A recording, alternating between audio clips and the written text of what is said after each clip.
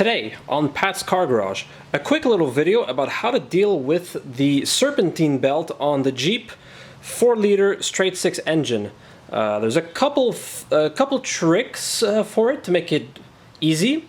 In particular, actually I'm going to talk about the models without the automatic tensioner, because if you have the automatic tensioner, obviously changing the belt is just changing the belt. But if you don't have the automatic tensioner, here's how you can easily replace the belt. So basically, the power steering pump is what provides the tension for the belt. Now, in order to reach all the bolts of the power steering pump, I recommend you remove the airbox. So my airbox is still attached, but these bolts are captive. They have a nut on the underside, and you can actually reach them from underneath the fender. So it's really easy to do. And remove the airbox, and then that'll give you plenty of room to get wrenches and stuff underneath the pump to get all the nuts. So basically, once you have this removed, first bolt that's going to loosen is the pivot bolt, which is this one right here. Then there's a nut in front, just underneath the pulley, like right about the middle. You can loosen that with a little ratchet. It's going to come right off.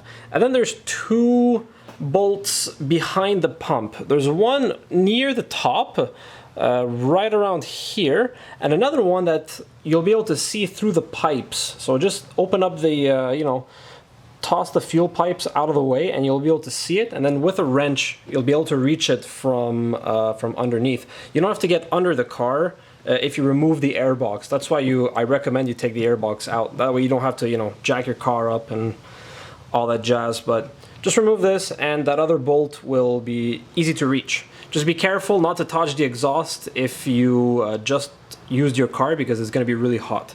Now, the adjustment bolt, well, you need to remove this anyway to reach the adjustment bolt. It's right underneath the power steering, right about down there. So counterclockwise to loosen and clockwise to tighten. And basically, to measure the belt tension, you just got to go by feel. I like to just press on the belt right here on top and just make sure it doesn't move all that much. You don't have to have it super tight, but if you don't, it's better to start off a little bit too loose, and you'll know, because when you'll drive your car around, you'll hear the belt slip. It's gonna squeak. So basically, yeah, just make sure it doesn't move too much. The rule of thumb is a 1/4 inch of movement, which is how much is a 1/4 goddamn inch? So 2.5 centimeters, so half of that, 1.25, half a centimeter about. So you don't want the belt, when you just firmly press on it, you don't want the belt to move more than half a centimeter. That's roughly the correct tension for the belt. There are tools to measure that, but who the hell wants to buy a special tool to measure belt tension? Now, I'm going to mention one more thing. It's the idler pulleys, because the idler pulleys for the car without the automatic tensioner, there's two of them actually. There's one on top. The one on top, which is right down there, pretty easy to reach. You just it threads into the cylinder head, so you just unscrew it. You might have to remove the fan shroud. The previous owner did a hilarious modification. He actually cut part of the shroud off and bolted it back up, so you can actually remove just this top part. It's a bit weird, but I gotta be honest, this does actually kind of work. So yeah, the top one is just threaded into the cylinder head, so you just unbolt it, comes right out. The problem is the second one underneath, which is between the alternator and the AC compressor. So if the alternator is down here, the belt goes around underneath this bottom tensioner, then back around the AC, and then underneath the second idler pulley. So that first idler pulley on the bottom, there's a nut that actually goes in from the back.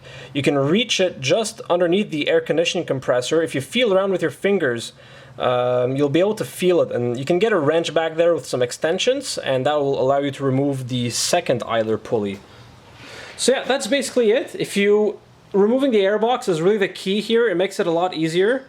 And beyond that, it's pretty easy. Make sure you replace the idlers whenever you can, because if your idlers are 20 years old, the bearing could seize on them, and then you're stranded wherever you are. So it's good to change them out, and they're not expensive too. Anyway, hope you enjoyed this video, and stick around for more.